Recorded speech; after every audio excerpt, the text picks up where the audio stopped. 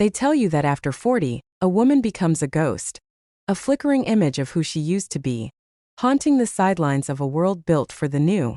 I spent months listening to that noise, checking my reflection for an expiration date I never signed up for. But here's the thing about ghosts. They see everything.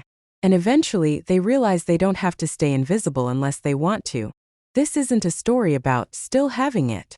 It's a story about finally realizing that it was never theirs to take away. I'm standing over the sink, the fluorescent light humming a low, lonely C-sharp. I'm staring at a wedding invitation on the fridge. Youth is a gift, the card might as well say. The bride is 24. I am 46. I heard my neighbor's daughter through the vents last week. She said, I hope I'm settled by 40 so I don't have to deal with the dating scene at that age. It's so brave. Brave. Like I'm a soldier heading into a war I've already lost. I pour a glass of wine. I don't look at the calories. I look at the deep garnet color. The world looks at me and sees a finished book. They see the cover a bit creased at the edges, and they think they know the ending.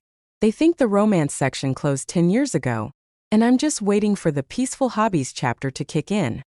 I'm walking through the Saturday market. I pass a mirror in a shop window. For a second, I see what society wants me to see. A woman of a certain age. But then I catch my own eyes. They're sharper than they were at 20. They've seen betrayals and births, failures. I used to dress for the male gaze. Then I dressed for the mother gaze. Today, I'm wearing this silk slip dress because it feels like a secret against my skin. I'm not dressing for a spectator. I'm dressing for the protagonist.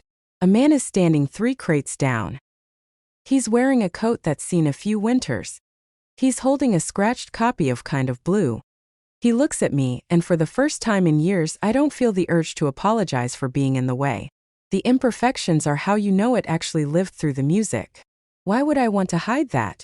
He stops. He actually stops. He looks at the lines around my mouth, the way my hair isn't quite the uniform brown it used to be. He isn't looking for a vibe.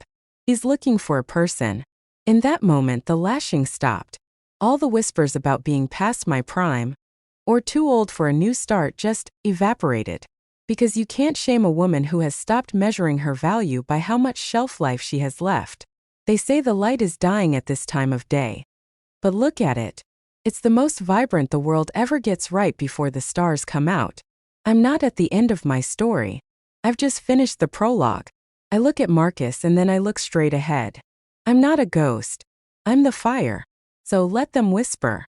Let them use words like faded or invisible, as if they're handing out a sentence I have to serve. Their clocks don't keep my time. I've realized that society's obsession with youth isn't about beauty. It's about control. It's easier to manage a woman who is afraid of her own reflection. But a woman who has survived the fire and come out holding the matches? She's dangerous.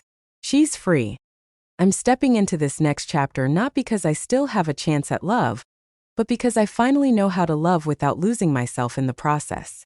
My skin is a map of everywhere I've been, and my heart is a compass pointing exactly where I want to go. The sun might be dipping low, but honey, I've always been a fan of the moonlight anyway. I'm not reclaiming my youth. I'm claiming my power. And for the first time in my life, I'm not waiting for permission to begin.